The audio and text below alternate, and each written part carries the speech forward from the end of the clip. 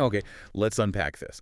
We have received a stack of sources focused on one of the most historically and prophetically charged construction projects in the world, the Third Jewish Temple. Or the Beit HaMikdash. Right. And it's a topic that usually triggers massive speculation.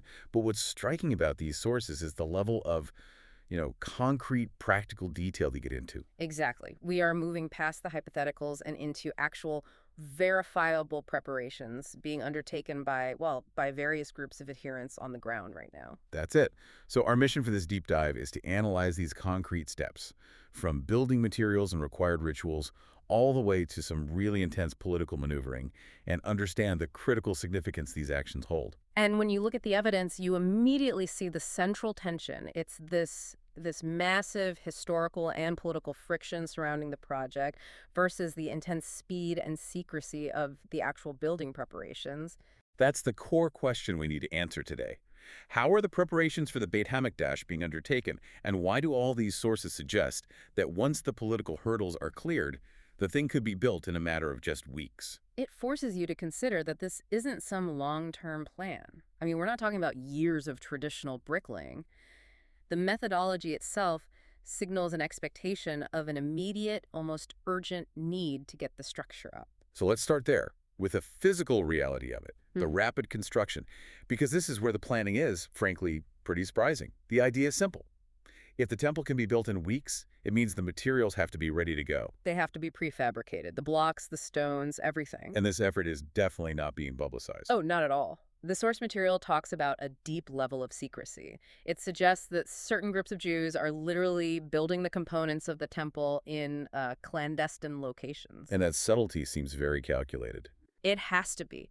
They know that if this went mainstream, it would immediately trigger overwhelming strife with Palestinians, and that would delay the project indefinitely. We have a fascinating detail here on the actual construction methods. Our sources reference an interview with a Jewish settler in Samaria who's actually doing this. Oh. And at first you might think, oh, it's a dedicated but, limited one-man endeavor.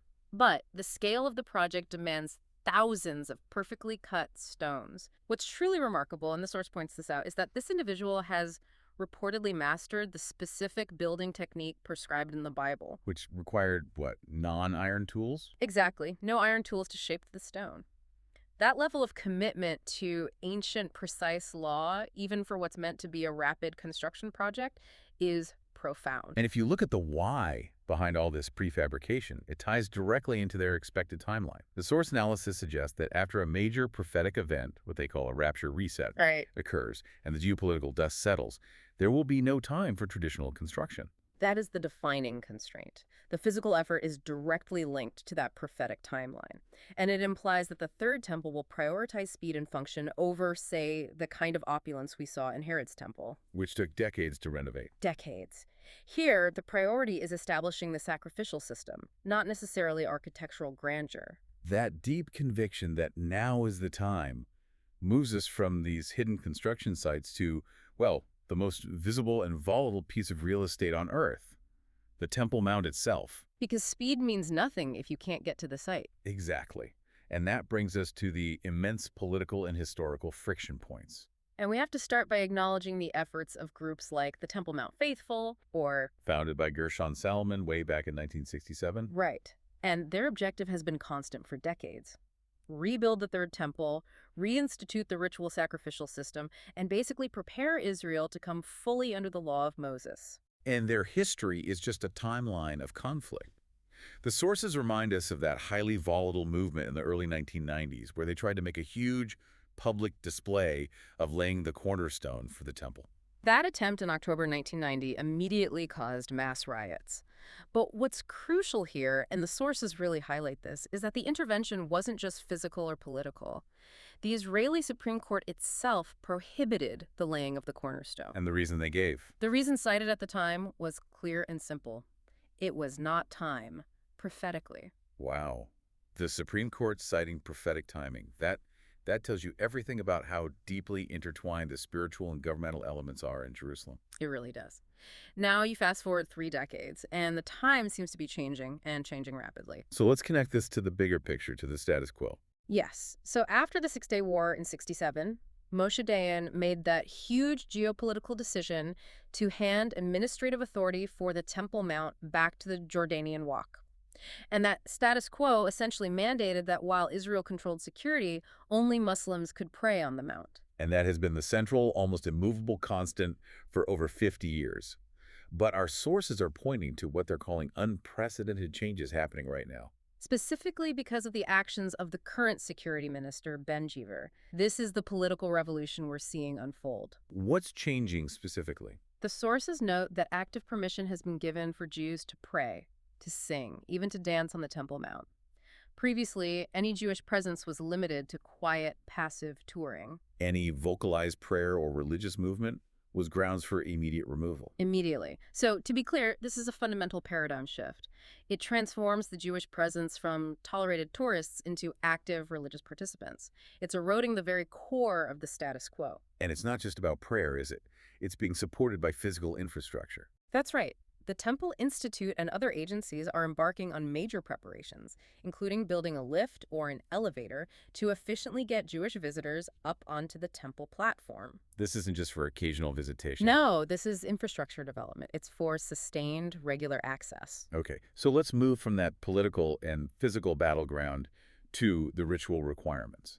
Because for the adherents, all this speedy construction and political maneuvering is, well, it's pointless unless the ancient laws are satisfied. Especially those needed for confirming the covenant. Right.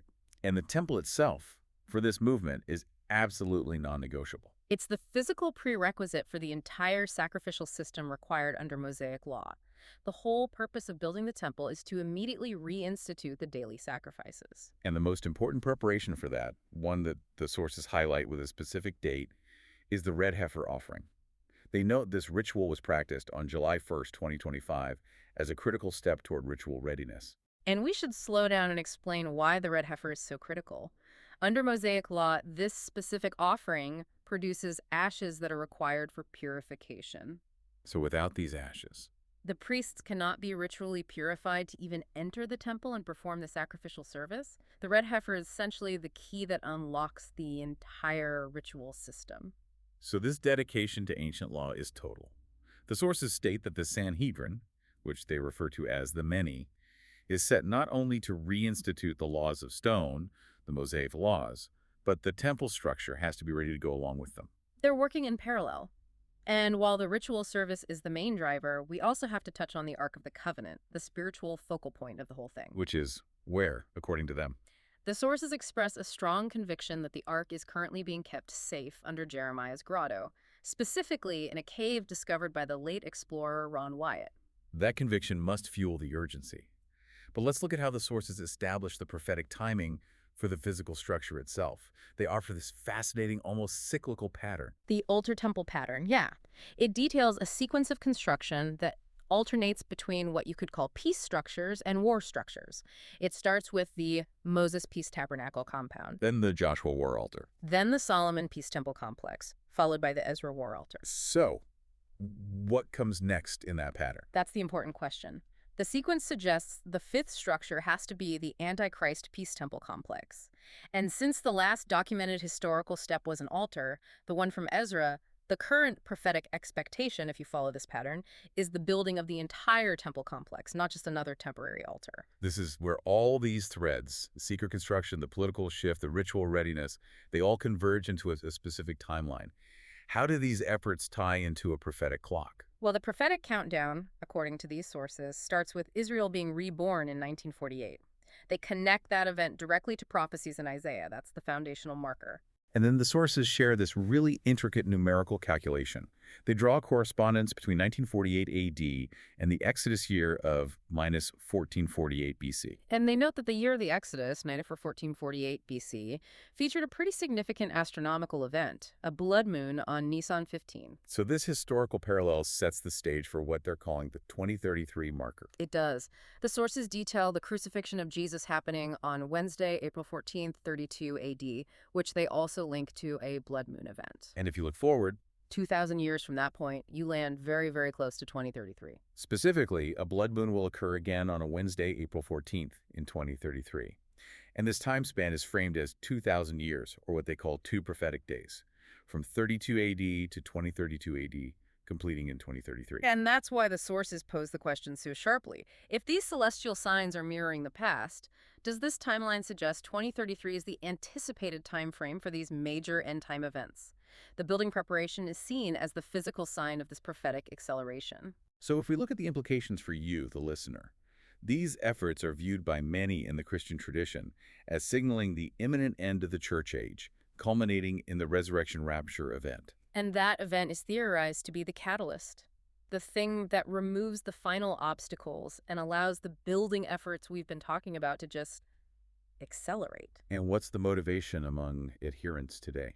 It's often attributed to the intense rise in worldwide anti-Semitism. The sources suggest this external pressure is causing a profound need among Jews to regather and engage in some deep soul-searching, which leads directly to these proactive steps. They feel they can't afford to wait. But we have to introduce a potent historical counterpoint here, which the sources themselves bring up. We need to remember the 3rd century attempt to rebuild the temple. During the reign of the Roman Emperor Julian the Apostate? Right, and that project was well funded, it was officially sanctioned. And it reportedly ended in spectacular failure. Reports from the time talk about repeated tremors, earthquakes, and outbreaks of fire at the site that stopped construction again and again. And that massive failure is precisely what might have solidified the rabbinic suggestion that came later. Yeah. That only their long-awaited Messiah himself has the authority and the power to build the 3rd temple. It adds this incredible historical complexity to what's happening now. They are proceeding with these concrete, rapid steps, knowing full well that history records a previous, seemingly supernatural or natural interruption that stopped the temple from raising.